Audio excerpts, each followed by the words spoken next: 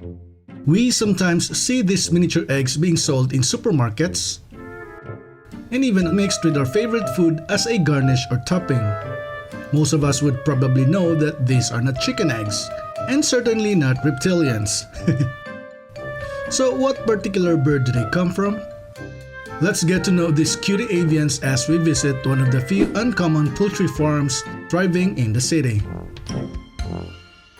Hi friends, niyata karon sa Zone 2 Kauswagan sa may Tamparong Compound, unahan sa Santa Barbara Subdivision to visit a little farm nga ga-produce aning little eggs that may not be as popular as your regular chicken eggs yet. So aside from the excitement nga ako na-feel right now, kay first time na ako makita right in front of me ang mga klase sa langgam na nagumikan aning mga itlog, I'm also interested of knowing how this growing industry operates o how it is doing here in Cagayan de Oro City. So, check na to mga birds o ilailahon po na to ang tag-iya sa farm. It's fun time! These are quails, one of the many species of mid-sized birds belonging to the order of Galliformes or Galliformes and are often called game birds. They are about 6 the size of a regular chicken. In the wild, quails cannot sustain long flights just like the chickens, but they can go into a burst of short flight if startled. They rely on tall grasses and thick vegetation to hide from their predators. But here in the city, these birds are being raised to help generate income. This is Mr. Arthur Garcia Colot. He has been in the quail farming industry for 22 years on and off here in Cagayan de Oro City. I engaged this kind of industry because first and foremost, I realized that our expenses in the home is growing and we need to another source of income. And the kind of livelihood that I choose, mao kining gitawag puguhan. Ang usa ka katarungan tungod kay ang puhunan dili kay dako, nya dili kay dako pod ang lugar nga gikinahanglan sa ra i-manage. Lain pod nga katarungan mao nga nalang gyud ko'y pasyon mambuhi sa mga buluhion sama niini. Unya, labos tanan, ang kini nga klase sa industry, dili pa kayo siya ingon nga na-promote pag-ayo labi na sa atong region. Dinhi sa Mindanao, bag-o pa lang gyud nagtubo kini nga industry. Ug asa gani nga mga industry o mga business nga bag-o pang nagsugod, na diha ang opportunity kibali ang pag-uswag, paglambo sa mga tao nga nakauna. Types of quails kept here are the Japanese Taiwan quails and the Japanese Seattle quails. They are the domesticated forms of the common quails and may live between 1 to 2.5 years. They have been selectively bred by the Japanese starting in the 1900s for increased egg production. Female quails start to lay eggs at the age of 35 to 40 days but are most productive between the ages of 2 to 8 months when they usually lay 1 egg daily. Quail eggs are also very nutritious. Matud pa sa uban, nag-ingon sila nga, isa ka quail egg, ang iyang equivalent is 2 ka itlog sa manok. Maini siya kung imong taas ka og sugar, na imong problema mahitungod sa kanang gitawag respiratory problem. By testimony akong pamilya nga dihay mga panahon nagkaubo sila, nakatabang sila nga nag-take sila sa kining quail. Unya, daghan nga mga tao mag-anhidan namo kanang issue mahitungod sa dengue. Kung mag-inom sila og quail egg, makatabang nga paspas makarecover account sa platelet. So aside from these health benefits, quail eggs also help improve metabolism, promote bone strength, help relieve depression, detox our bodies, boost concentration, have anti-aging properties, perfect for a protein-based diet, improve skin health, treat acne, make your nails shine, reduce hair loss, and help control dandruff. Phew, that's a lot of benefits. Friends, some of you may know this already, but karon lang ko nasayod nga ang female quails pwede day mulay og egg bisag walay lalaki. Just like the chickens, mga pato, mga pabo, ingana day na sila nga pwede ra sa mulay og egg bisag walay copulation nga may tabo. Pero unfertilized lang siya nga egg, di siya mo develop into a chick.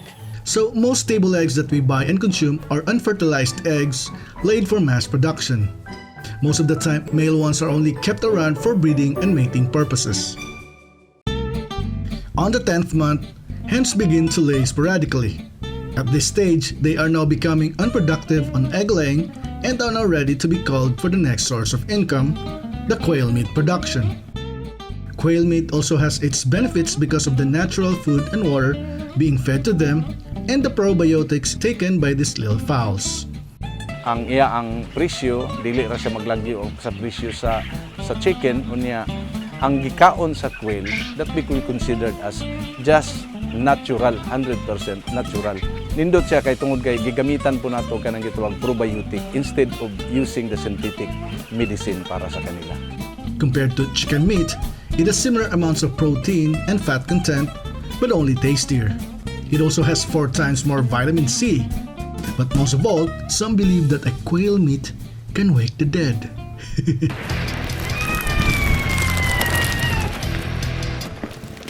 Doon ay daghan nga mga tao nga nakita nila nga maayo kuno, ligon kuno sila ang ilang paminaw kung magkaon sila sa quail.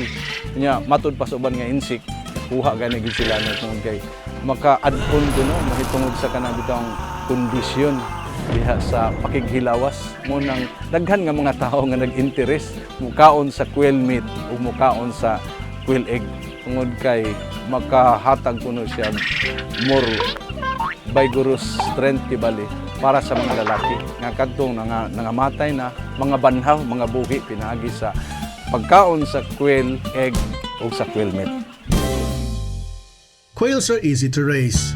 They may be affected by common poultry diseases, but are fairly disease resistant. Ang quail mas resistant sa sakit ikumpara sa uban nga mga fowls o sa mga birds nga gigamit para sa poultry.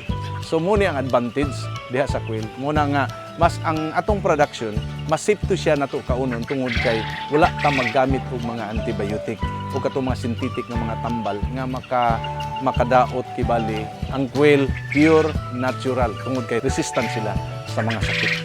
And nothing goes to waste. Quail poops are also being turned to compost or natural fertilizer. Interestingly, aiding the process are the darkling beetles or mealworms together with the other crawling insects. I was also delighted to see the brown sailor spiders or bahay everywhere to help control fly infestation in the area. Biodiversity at its best. Kung galing wala kay kanang gitawag other kibali source of income, means of livelihood kibali, mag-encourage ko nimo nga kung doon na kay dutay nga space, pwede ka magbuhi. Pero kung ugaling wala kay passion para niini, ako kang gi-discourage, ayaw na lang pud.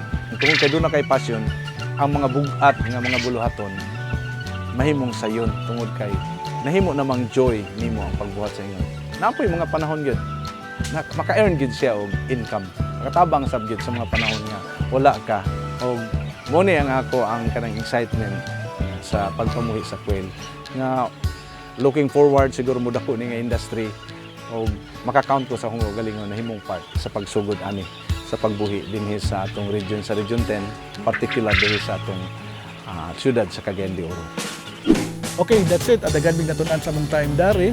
I hope nga mas mulambo pa ning quail farming industry, especially here sa Cagayan de Oro and Misamis Oriental. Dagang salamat kay Sir Arthur Garcia Colot for allowing us to visit ang iyang little farm og ma-interview po siya.